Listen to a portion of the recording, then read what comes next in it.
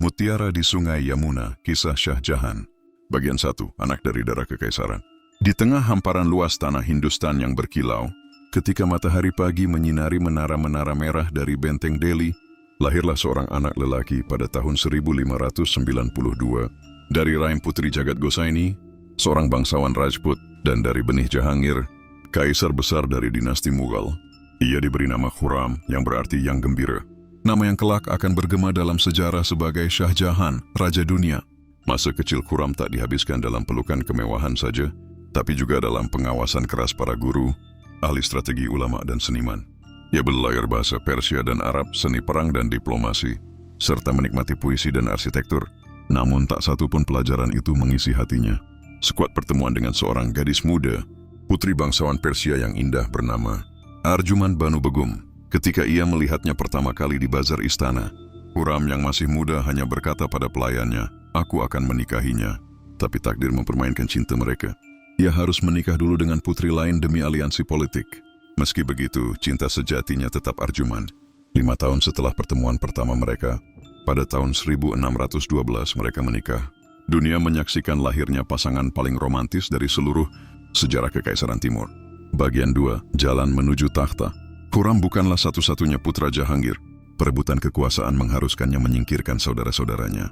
Dengan kecakapan militer, ia menumpas pemberontakan, menundukkan wilayah Deccan, dan menunjukkan bahwa ia tak hanya seorang pangeran yang bijak, tapi juga panglima yang gagah. Tahun 1628, setelah wafatnya Jahangir, Khurram naik takhta sebagai Shah Jahan, Raja Dunia.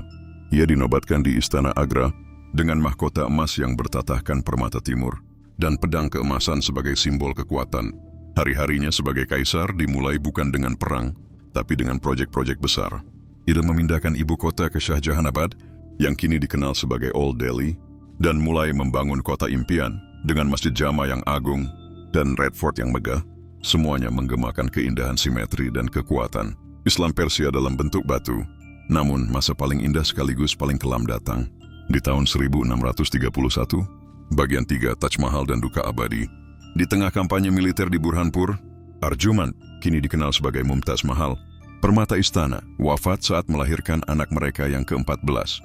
Dunia Shah Jahan runtuh. Ia tidak makan selama 8 hari, tak keluar dari kamarnya, dan ketika ia muncul kembali, rambutnya telah memutih. Dari duka itu lahirlah mimpi, membangun makam paling indah di dunia, yang abadi sebagaimana cintanya pada Mumtaz. Ia memilih tepi sungai Yamuna di Agra, tempat yang tenang, tempat roh Mumtaz bisa mendengar desir, air dan nyanyian angin.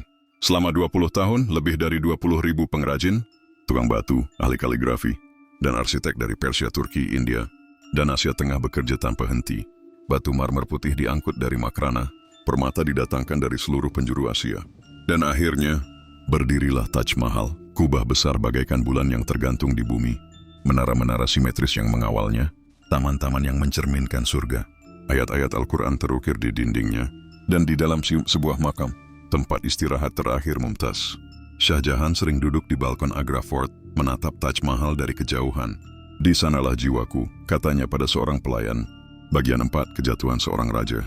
Tahun-tahun berlalu, Shah Jahan melanjutkan proyeknya, memperluas wilayah hingga ke Balkh dan Badakhshan, menaklukkan wilayah di Deccan, dan memelihara stabilitas dalam kerajaan yang luas. Ia membangun jalan, kanal, dan taman-taman seperti Shalimar Bagh di Lahore. Ia menyatukan estetika Persia dengan jiwa India, menciptakan zaman keemasan arsitektur Mughal. Namun dalam istana, badai berkumpul. Putra-putranya, Dara Shikoh si filsuf, Shuja si pemberani, Murad si keras kepala, dan Aurangzeb si fanatik, saling berseteru demi takhta. Shah Jahan memilih Dara sebagai penerusnya, tapi Aurangzeb, anak ketiga yang licik dan ambisius, mengangkat senjata. Pada tahun 1658, Aurangzeb memberontak, mengalahkan saudara-saudaranya, dan menjebloskan ayahnya sendiri ke dalam penjara di kamar kecil Agra Fort, dari mana ia hanya bisa menatap Taj Mahal dari kejauhan. Bagian 5, Senja Terakhir Sang Raja Dunia. 8 tahun Shah Jahan menghabiskan hari-harinya dalam pengasingan. Ia tak lagi memegang pedang, tak lagi mengeluarkan dikrit, tapi setiap hari ia duduk di jendela batu merah, menghadap Taj Mahal, monumen cinta dan warisannya yang tak lekang waktu. Ia menulis puisi, membaca Quran, dan mengenang masa-masa ketika istana dipenuhi tawa Mumtaz dan anak-anak mereka. Pelayan-pelayan setianya merawatnya dalam diam, Tak sanggup melihat kaisar besar jatuh begitu sunyi. Pada musim dingin tahun 1666, tubuhnya mulai melemah. Dalam napas terakhirnya, ia berbisik, "Temani aku, Mumtaz." Ia dimakamkan di sisi istrinya, di dalam Taj Mahal yang bersatu kembali dalam keabadian. Dua makam berdampingan, dua jiwa yang tak pernah dipisahkan oleh waktu atau kekuasaan. Epilog warisan Shah Jahan. Shah Jahan bukan sekadar kaisar yang membangun monumen agung. Ia adalah lambang cinta, keindahan, dan kemegahan. Di masanya, India mencapai puncak arsitektur dan seni. Islam, ia memperluas batas-batas kekaisaran, menyatukan berbagai etnis di bawah panji Mughal, dan meninggalkan warisan yang melampaui sejarah politik. Taj Mahal tetap berdiri, memantulkan sinar bulan dan matahari, seperti kalimat cinta yang tertulis dengan marmer di langit India. Dan dalam gemerlapnya, dunia mengingat Shah Jahan, sang raja dunia yang menangis untuk cinta dan membangun surga untuk mengenangnya. Bagian 6. 4 putra dan bayangan kudeta. Masa kejayaan Shah Jahan adalah masa damai, tapi juga tenang yang menipu. Di balik tembok istana di Delhi dan Agra, 4 pangeran tumbuh, masing-masing membawa dunia dalam pikirannya sendiri. Dara Shikoh, anak sulung, lembut hati dan mencintai filsafat. Dia membaca Upanishad dan Quran, menulis tafsir mistik, dan bersahabat dengan kaum sufi dan brahmana. Ia percaya bahwa Tuhan satu, dan agama-agama hanyalah jalan berbeda menujunya. Shuja, gubernur Bengal, memerintah dengan tangan besi tapi dihormati rakyatnya. Murad Baksh, kasar dan suka perang, menguasai Gujarat. Dan Aurangzeb, cerdas, pendiam, taat beragama, dan menaruh dendam dalam diam. Ia memandang Dara sebagai seorang bidah, dan ayahnya sebagai terlalu lemah terhadap kafir, terlalu cinta dunia. Shah Jahan mencintai Dara. Ia mempersiapkan putra, sulungnya itu sebagai penerus tahta. Tapi ia lupa, di tengah kekaisaran yang luas, cinta saja tak cukup. Kekuasaan bukan warisan, tapi medan perebutan. Bagian 7. Perang Saudara. Tahun-tahun awal 50-an dalam abad ke-17 menjadi kelam. Shah Jahan jatuh sakit mendadak di Delhi. Kabar tentang wafatnya menyebar cepat, padahal ia dapat bersendak. Ini adalah percikan api yang menyulut perang saudara terbesar dalam sejarah Mughal. Aurangzeb dan Murad bersekutu dan mengalahkan Shuja di timur, dan kemudian mereka berhadapan dengan Dara.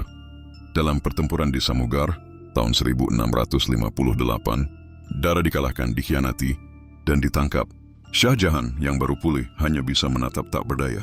Ia mencoba menggalang kekuatan untuk menyelamatkan Dara, tapi sudah terlambat. Aurangzeb mengirim surat penuh kesopanan kepada ayahnya, menjanjikan bahwa ia hanya menjadi wakil, bukan kaisar. Namun, ia mengurung Shah Jahan di Agra Fort, dan pada suatu malam kelam, ia memerintahkan eksekusi Dara Shikoh.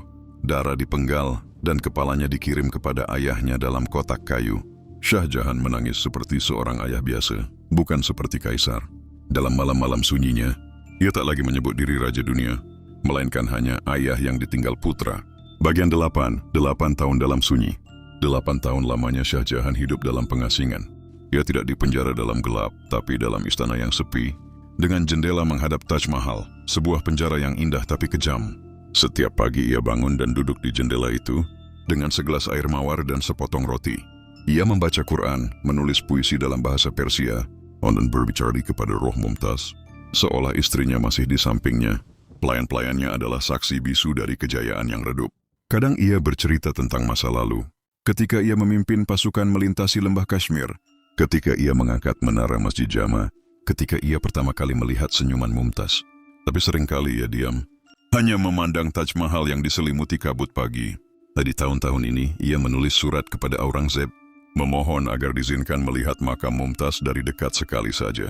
Tapi tak pernah ada jawaban. Bagian 9. Kematian Sang Kaisar. Tahun 1666, musim dingin datang lebih dingin dari biasanya. Udara membawa kelembaban yang menyelusup ke tulang. Shah Jahan jatuh sakit. Pelayan-pelayannya tahu ini akhir. Ia memanggil satu-satunya putrinya yang tersisa di sisinya, Jahanara Begum, putri yang dulu juga memeluk Dara, dan menentang kudeta Aurangzeb. Ia menyentuh tangan ayahnya, dan dalam bisikan terakhir Shah Jahan berkata, "Bukan mahkota yang berat, tapi kenangan yang tak bisa kulupakan."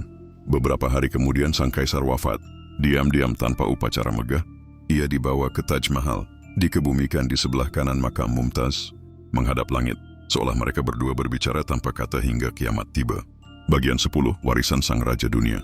Dunia mengenang Shah Jahan bukan karena pedangnya, melainkan karena Taj Mahal, monumen cinta yang menjadi salah satu dari 7 keajaiban dunia. Tapi ia juga meninggalkan lebih dari itu. Ia memperindah arsitektur Mughal hingga mencapai puncaknya, Masjid Jama di Delhi, Benteng Merah kota Shah Jahanabad, taman-taman kerajaan, dan kanal-kanal air yang menyuburkan ibu kota. Ismen arsitektur yang mendapat demonets kemakmuran yang jarang terjadi dalam sejarah India.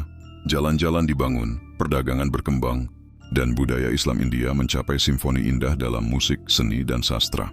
Namun ia juga meninggalkan pelajaran tragis, bahwa kekuasaan bisa membuat anak melupakan ayah, dan cinta bisa menjadikan seseorang lemah di mata dunia. Aurangzeb yang naik tahta membawa Mughal ke arah lain, lebih ketat, lebih militeristik, lebih konservatif.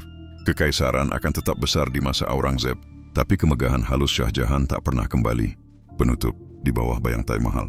Hari ini, Taj Mahal memantulkan cahaya pagi dan senja, dikunjungi jutaan manusia setiap tahun. Di dalamnya, dua makam tak bernama, berdampingan, Mumtaz Mahal dan Shah Jahan. Tidak ada gelar, tidak ada pujian, hanya kesunyian yang kekal. Dan setiap malam, angin Yamuna berbisik di antara marmer putih. Disinilah cinta mengalahkan waktu. Disinilah Raja Dunia beristirahat bukan sebagai kaisar, tapi sebagai suami yang mencintai tanpa akhir. Di tengah pasukan dan perang, aku merasa kuat. Tapi ketika ia meninggal, dalam pelukanku, aku lebih lemah dari daun yang jatuh ke sungai. Taj Mahal bukan hadiah kemewahan. Ia adalah doa seorang suami agar istrinya dikenang bukan hanya oleh dunia, tapi juga oleh waktu. Langit mungkin tak mendengar doa para raja, tapi doa dari hati yang patah akan selalu mengetuk pintu-pintu surga.